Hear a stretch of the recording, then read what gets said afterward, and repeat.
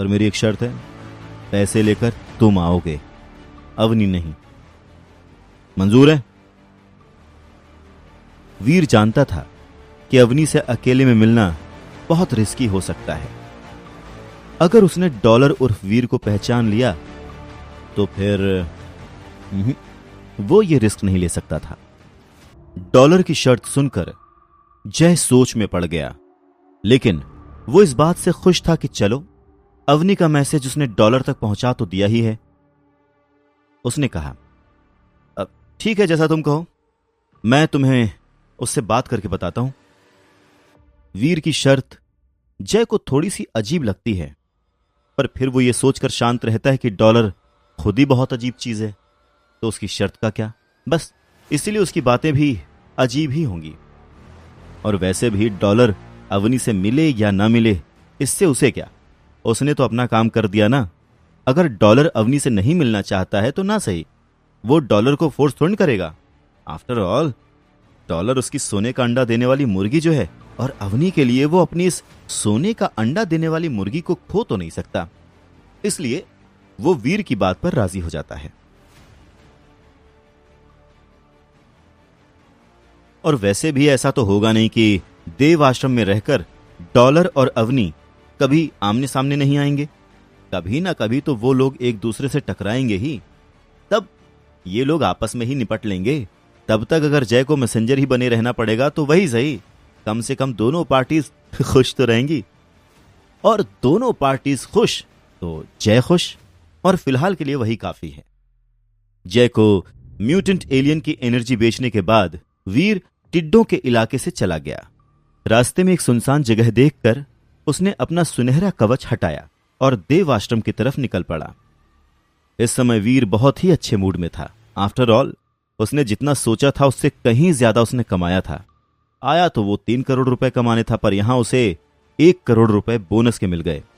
अब घर भी बिकने से बच जाएगा और उसकी बहन का फ्यूचर भी सिक्योर हो जाएगा।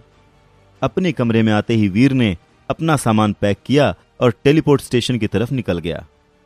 फाइनली जिस मकसद के लिए वो यहां आया था वो पूरा हो गया, और अब करीब 6 महीने के बाद वो घर जा रहा था। उसे ऐसा लग रहा था जैसे कि उसके कंधों से बहुत बड़ा बोझ उतर गया हो। टेलीपोर्ट स्टेशन से अपने प्लैनेट पहुंचने में बस कुछ ही सेकंड्स लगे। लैब में डॉक्टर खुराना से उनका हाल चाल पूछने के बाद वीर सीधा अपने घर की तरफ निकल गया। बात तो उसे कई चीजों के बारे में डॉक्टर खुराना से करनी थी, पर उन सब में टाइम लग जाता, और इस समय वीर को अपने घर जाने की जल्दी थी। इसलिए डॉक्टर खुराना से बाद में बात करने के लिए बोलकर वीर अपने घर चला गया।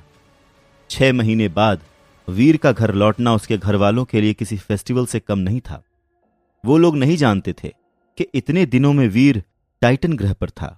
उनके हिसाब से तो डॉक्टर खुराना ने वीर की जॉब अपने ऑर्गेनाइजेशन की दूसरी ब्रांच में लगवाई थी, जो दूसरे शहर में था। इतने दिन वीर इसलिए घर नहीं आया क्योंकि डॉक्टर खुराना की ऑर्गेनाइजेशन के नियम काफी अलग हैं।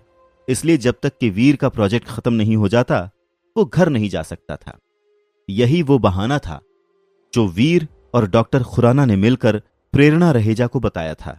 जाहिर है वो दोनों उन्हें ये नहीं बता सकते थे कि पैसे कमाने के लिए वीर दूसरे शहर नहीं बल्कि दूसरे ग्रह जाने वाला था।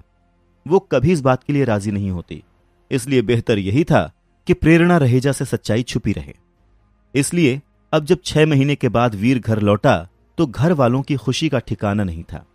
उसकी छोटी बहन अनुजा तो उसे छोड़ ही नहीं रही थी। इतने दिन टाइटन ग्रह पर इतने अजनबियों और एलियंस के बीच अकेले रहने के बाद अपने घर वालों के बीच आना वीर के लिए बहुत इमोशनल था। सही मायनों में आज उसे एहसास हुआ कि इतने दिन उसने अपनी फैमिली को कितना मिस किया था, पर फिर वो गया भी तो उन्हीं लोगों के लिए था ना, ताकि फ्यूचर में उन लोगों को कोई परेशान ना कर सके। और अब फाइनली वो ये कह सकता था कि उसके डैड ने जो जिम्मेदारी उस पर छोड़ी थी उसे उसने अच्छे से पूरा किया है। शाम को एडवोकेट विक्रम से मिलकर वीर ने सभी जरूरी फॉर्मेलिटीज पूरी करते हुए अपने रिश्तेदारों को 1-1 करोड़ रुपए दे दिए। फ्यूचर में वो लोग किसी तरह की प्रॉब्लम न क्रिएट करें, इसके लिए वीर ने एडवोकेट विक्रम को बोलकर पहले ही उनसे डॉक्यूमेंट साइन करवा लिए थे। इतने कम समय में वीर को इतने रुपयों का इंतजाम करते देख उसके रिश्तेदार भी हैरान थे, पर वीर को इन सब से कोई मतलब नहीं था। उसकी फैमिली सेफ है, उसके लिए इतना ही काफी था। बाकी अब उसके रिश्तेदार क्या सोच रहे हैं क्या नहीं, उससे वीर को क्या फर्क पड़ता था। वीर के चाचा ने उससे इस बारे में बात करने की कोशिश भी की, पर वीर ने उन्हें पूरी तरह से इग्नोर कर दिया। अब जब वो लोग उसकी फैमिली को और परेशान नहीं करेंगे, तब तक वो लोग जिए या मरे उससे मतलब नहीं है। आगे की कहानी जानने के लिए देखें अगला एपिसोड सिर्फ पॉकेट एफएम के यूट्यूब चैनल पर, और शुरवीर के सारे एपिसोड्स को सुनने के लिए डिस्क्रिप्शन में दी लिंक से डाउनलोड करें पॉकेट एफएम ऐप।